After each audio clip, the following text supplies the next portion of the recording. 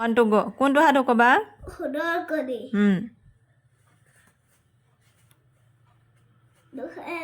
দুখীয়া এজন খেতিয়ক আছিল তেওঁ বৰ দুখীয়া আছিল তেওঁ এজনী হাঁহ আছিল হাঁহজনীয়ে সদায় এটা এটা কৰি পাৰে সেই বিকি পিনে ঘৰ চল এদিন খেৰামে ভাবিলে হাঁহজনী এটা এটা কৰি পাৰে তেতিয়া পেটটো কাটি পিনে চব কৰি লওঁ একেদিনে ধনী হৈ যাম তেতিয়া সঁচাকৈ সোণৰ কণী পেটটো কাটি পেলালে তেতিয়া পেটৰ কণী নাই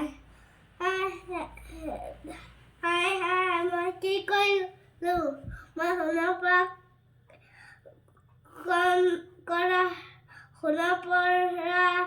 হাঁহজনী মাৰি পেলালোঁ মই পুনৰ দুখীয়া হৈ গ'লোঁ আজি সাধুটোৰ পৰা কি শিকিলোঁ যে বেছি লোভ কৰিব নাপায় লোভে পাপ পাপে মৃত্যু